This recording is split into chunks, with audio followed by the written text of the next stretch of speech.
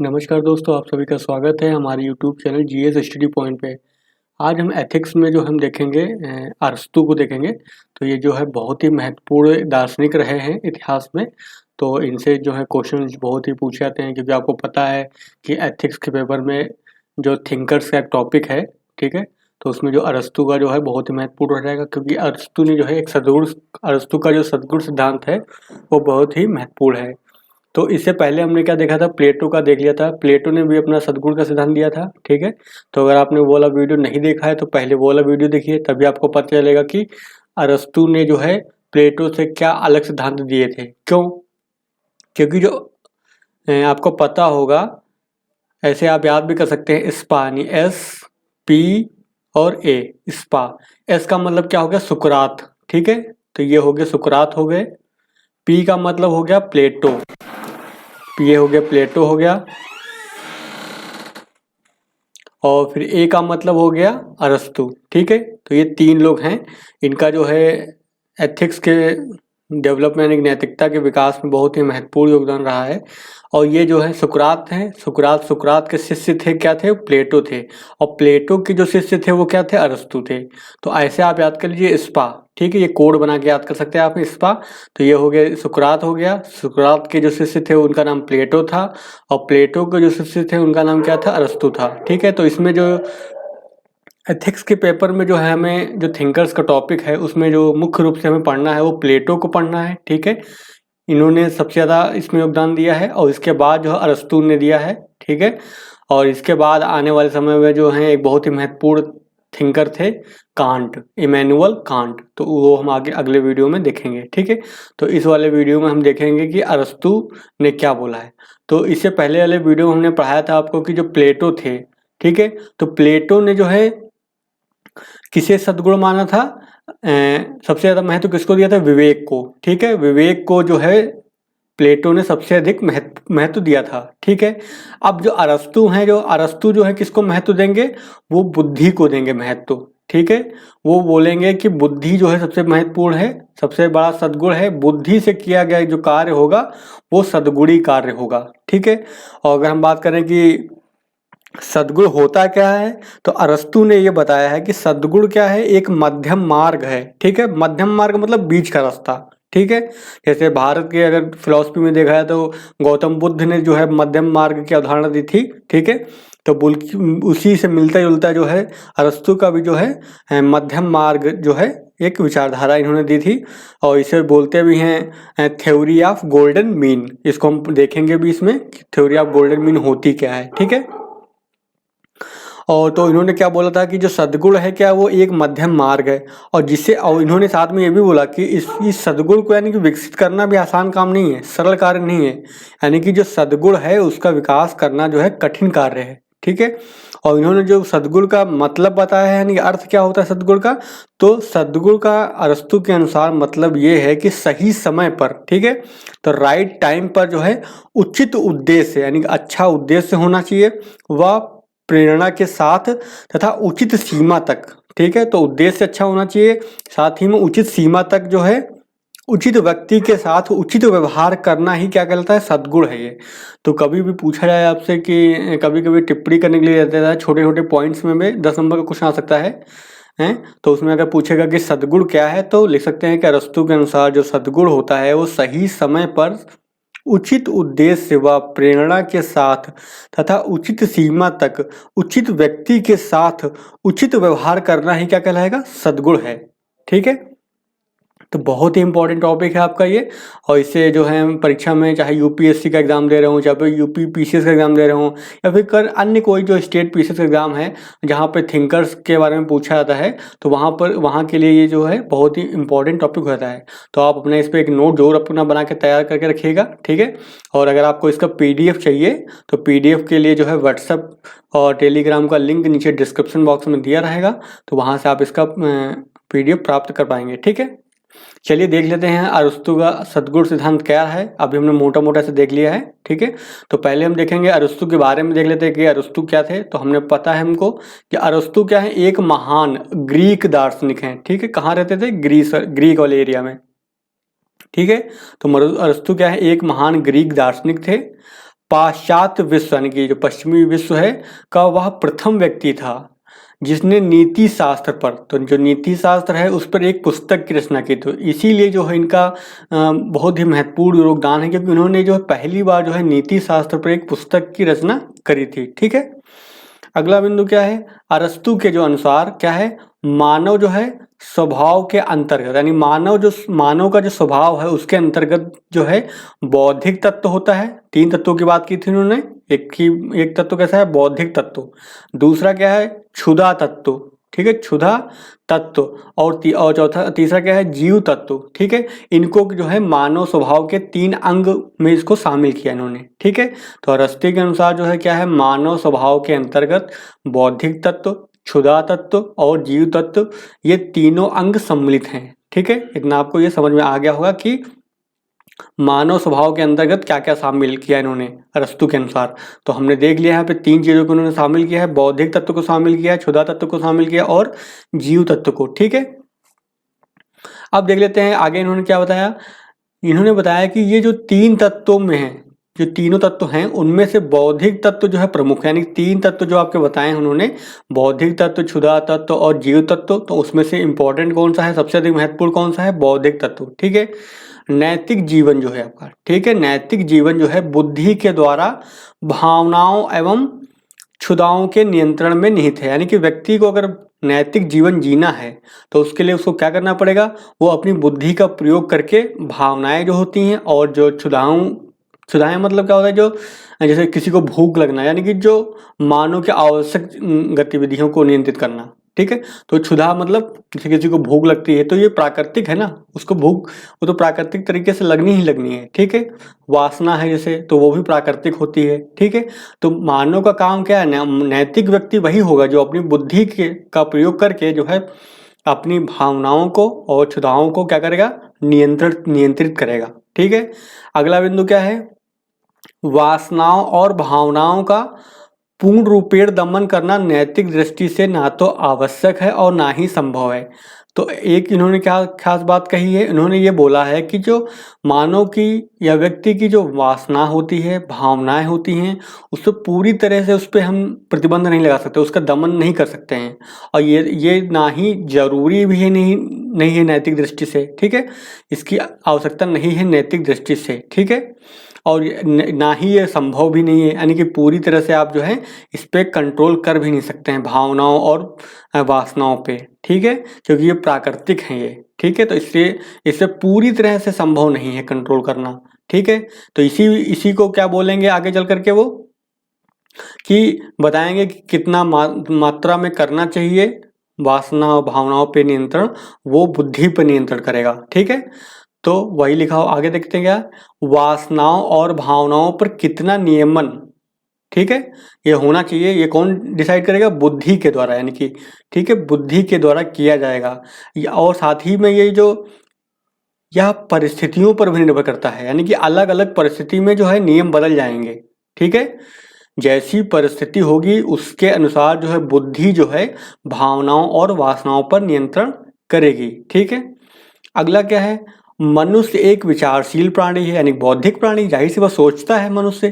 ठीक है, मनुष्य अन्य जीवों से अलग क्यों होता है, क्योंकि मनुष्य जो है एक बौद्धिक प्राणी है, वो सोचता है, विचारशील है, उसके अंदर विचार आते हैं। ठीक है, अतः जहां तक वह बुद्धि के नियमानुसार कर्म करता है, ठीक है, यानी कि अपनी बुद्धि का प्रयोग करके जो कार्य करता है, कर्म को मतलब कार्य होता है, ठीक है, उसे सद्गुणी पुरुष कहा जाता है। ठीक है, इसका मतलब क्या हुआ, अरस्तु के अनुसार कौन सा व्यक्ति सद्गुणी होगा, जो अपना कार्य जो है बुद्धि के अनुसार करेगा, यानी बुद्धि का उपयोग करके जो है कार्य करेगा। ठीक है, और यहीं पर अंतर क्या है, प्लेटो ने क्या बोला था, प्लेटो ने क्या बोला था, विवेक के अनुसार, उन्होंने विवेक को महत्व दिया है। तो ये अंतर है, तो हमेशा जो है आपको अंतर भी पता होना चाहिए, दो विचारक अगर हैं तो उनमें उनके विचारों में क्या अंतर है। कभी कभी पूछ सकता है कि प्लेटो और अरस्तु के विचारों में अंतर बताइए, तो इससे क्या है आपको पता होना चाहिए इसके लिए। ठीक है, अगले देख लेते हैं, अरस्तु ने जो है सद्गुणों का वर्गीकरण 2 रूपों में किया। ठीक है, इन्होंने जो सद्गुण है उसके भी 2 भाग किए हैं, एक तो क्या हो गया, बौद्धिक सद्गुण हो जाएगा। ठीक है, बौद्धिक सद्गुण हो जाता है, और दूसरा क्या हो जाता है, नैतिक सद्गुण हो जाता है। ठीक है, यानी कि इन्होंने सद्गुण को भी जो है दो भागों में बांट दिया। कौन सा? बौद्धिक सद्गुण और नैतिक सद्गुण। ठीक है, अब हम देख लेते हैं कि बौद्धिक सद्गुण क्या होता है और नैतिक सद्गुण क्या होता है। ठीक है, तो बौद्धिक सद्गुण क्या होता है, इसमें क्या होता है, मानव के लिए जो है परम शुभ है। ठीक है, नहीं बौद्धिक सद्गुण ही होना जो है मानव का क्या होना चाहिए, उद्देश्य होना चाहिए। सबसे अच्छा, परम शुभ का मतलब सबसे अच्छा। ठीक है, तो अरस्तु ने क्या बताया, जो बौद्धिक सद्गुण होता है, दो सद्गुण हो गए, एक तो बौद्धिक सद्गुण हो गया, दूसरा नैतिक सद्गुण हो गया। इन दोनों सद्गुणों में जो है मानव का जो लक्ष्य होना चाहिए वो क्या होना चाहिए, बौद्धिक सद्गुण को प्राप्त करना। ठीक है, तो बौद्धिक सद्गुण ही क्या है, मानव के लिए परम शुभ है। ठीक है, अरस्तु के अनुसार बुद्धि के द्वारा, ठीक है, वासनाओं और भावनाओं का नियमन ही क्या है, श्रेष्ठ है।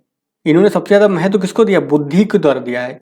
बुद्धि का हर काम करना है तो बुद्धि से करना है। भावनाओं पर, वासनाओं पर अगर नियमन करना है तो बुद्धि के अनुसार करें। ठीक है, और इसी और बुद्धि के अनुसार जो किया गया कार्य है, इन्होंने क्या बोला इसको, इसे ही नैतिक सद्गुण कहा जाता है। ठीक है, तो ये आपको समझ में आ गया होगा कि नैतिक सद्गुण होता क्या है। तो नैतिक सद्गुण वो है जो बुद्धि के द्वारा जो है भावनाओं और वासनाओं का नियमन किया जाता है जिससे। ठीक है, चलिए आगे देख लेते हैं। आगे उन्होंने क्या बताया कि अरस्तु जो है उन्होंने न्याय संबंधी भी अवधारणा दी है। ठीक है, जो प्लेटो से अलग है। ठीक है, तो अब अरस्तु की न्याय संबंधी अवधारणा क्या है, तो जो अरस्तु की न्याय संबंधी अवधारणा प्लेटो के द्वारा स्थापित न्याय सिद्धांत से भिन्न है, यानी उससे अलग है। ठीक है, तो ये अंतर हो गया। अरस्तु ने क्या बोला, न्याय की जो है अवधारणा जो है विधि सम्मत दृष्टि से की है। ठीक है, न्याय क्या होगा, जो विधि सम्मत यानी विधि के अनुसार होगा वो न्याय होगा। ठीक है, इन्होंने जो है न्याय को दो रूपों में देखा। ठीक है, अरस्तु ने जो है न्याय के दो रूपों में इसको विभाजित किया। पहला क्या है, विवरणात्मक न्याय। ठीक है, इसको इंग्लिश में बोलते हैं डिस्ट्रीब्यूटिव जस्टिस। ठीक है, तो विवरणात्मक न्याय होगा। दूसरा क्या हो गया, रेमेडियल यानी कि सुधारात्मक न्याय। जैसे किसी को कोई गलत कार्य करता है तो उसके लिए सजा दी जाती है, तो किस सजा इसलिए दी जाती है ताकि जो है उसमें सुधार हो, भविष्य में वो दोबारा ना ऐसा काम करे, तो उसको बोलते हैं सुधारात्मक न्याय। ठीक है, जैसे कोई व्यक्ति चोरी करता है तो उसको जो है कैसा, कोर्ट के माध्यम से अगर जो है ये साबित होता है कि उसने चोरी की है तो उसको जो है सजा दी जाती है, तो इस सजा को क्या बोलेंगे हम, सुधारात्मक न्याय। ठीक है, और विवरणात्मक न्याय में होता है कि कोई भी नागरिक है तो उसकी योग्यता और क्षमता के अनुसार जो है उसको विभिन्न पदों पे जो है स्थापित किया जाता है। जैसे मान लो कोई व्यक्ति जो है पीसीएस की तैयारी कर रहा है और उस एग्जाम क्लियर कर लेता है, तो जो है उसके साथ कैसा न्याय हो रहा है, विवरणात्मक न्याय हो रहा है, यानी कि उसकी योग्यता के अनुसार उसको पद पे स्थापित किया जा रहा है। ठीक है, क्योंकि सभी को तो आप पद नहीं दे सकते हैं सेम। ठीक है, तो उसकी क्षमता होनी चाहिए, योग्यता होनी चाहिए, तो ऐसे न्याय को बोलते हैं विवरणात्मक न्याय, डिस्ट्रीब्यूटिव जस्टिस। ठीक है, तो डिस्ट्रीब्यूटिव जस्टिस हो गया यहाँ पर। तो वही लिखा हुआ है कि विवरणात्मक न्याय द्वारा विभिन्न नागरिकों को, ठीक है, उनकी योग्यता और क्षमता के अनुसार पद, ठीक है, सम्मान, वेतनमान, पुरस्कार आदि प्रदान करने का विधान है, यानी कि नियम है। ठीक है, अगला क्या हो गया, सुधारात्मक न्याय। तो सुधारात्मक न्याय के अंतर्गत क्या है, अनुचित कर्म यानी बुरे कर्म जो होते हैं, जो अनुचित कर्म होते हैं, कर्मों के लिए नागरिकों को दंडित करने का विधान, यानी जो उसके लिए जो है नियम कानून बनाए जाते हैं। ठीक है, तो ये हो गया दोनों तरह की न्याय की जो बात की है अवधारणा है, तो प्लेटो से कैसे अलग है उसके बारे में हमने यहाँ पे देख लिया। ठीक है, फिर क्या इन्होंने, अरस्तु ने क्या बताया अगला, अरस्तु के अनुसार जो है सद्गुणों से युक्त जो होता है बौद्धिक जीवन, यानी कि सद्गुण से युक्त जो बौद्धिक जीवन होता है वह कैसा होता है, आनंदप्रद, यानी कि व्यक्ति को आनंद देता है और कल्याणकारी होता है, यानी समाज के लिए वो कल्याणकारी होता है। ठीक है, तो ये विशेष बात हो गई इन्होंने। ठीक है, चलिए आगे देख लेते हैं। देखो आगे क्या है, जो अरस्तु हैं, ठीक है, उन्होंने जो है सद्गुण का निर्धारण करने के लिए, ठीक है, एक सिद्धांत दिया था जिसको बोलते हैं स्वर्णिम मध्यम का सिद्धांत। स्वर्णिम मध्यम का सिद्धांत, तो स्वर्णिम मध्यम का सिद्धांत इन्होंने दिया था, इसको इंग्लिश में बोलते हैं थ्योरी ऑफ गोल्डन मीन। ठीक है, थ्योरी ऑफ गोल्डन मीन। अब ये क्या है, अरस्तु ने क्या बोला, जैसे कोई भी जो भावना होती है या फिर वासना होती है तो उसके चरम यानी एक्सट्रीम लेवल पर उसका पालन नहीं किया जाना चाहिए, यानी कि उसके बीच का रास्ता अपनाया जाना चाहिए। ठीक है, तो अरस्तु ने जो है सद्गुणों का निर्धारण करने के लिए स्वर्णिम मध्यम का सिद्धांत प्रस्तुत किया। ठीक है, यह दो अतियों मतलब चरम यानी कि एक्सट्रीम लेवल का, ठीक है। तो एक्सट्रीम के बीच का मार्ग है, ठीक है। ये आपको समझ में आना चाहिए कि एक्सट्रीम का मतलब क्या होता है, नहीं चरम यानी कि क्या होता है, चरम यानी कि दोनों की बहुत ज़्यादा मतलब यानी कि स्ट्रिक्ट नहीं होना चाहिए, ठीक है। थोड़ा सा लिबरल होना चाहिए, यानी कि मध्यम मार्ग को फॉलो करना चाहिए, ठीक है। अरस्तु के अनुसार सद्गुण का अर्थ वासनाओं, ठीक है, का अत्यधिक दमन या उत्पीड़न नहीं है, ठीक है, बल्कि उनका बुद्धि के द्वारा जो है युक्ति पूर्वक नियमन करना है। यानी कि बुद्धि के अनुसार आप डिसाइड करें और परिस्थिति के अनुसार आप डिसाइड करें कि कितना ज़्यादा जो है भावनाओं पर, वासनाओं पर आपको कंट्रोल या फिर दमन करना चाहिए, ठीक है। अगला क्या है, अरस्तु जो है मध्यम मार्ग को ही सर्वश्रेष्ठ नैतिक मार्ग या फिर नैतिक जीवन मानते हैं, ठीक है।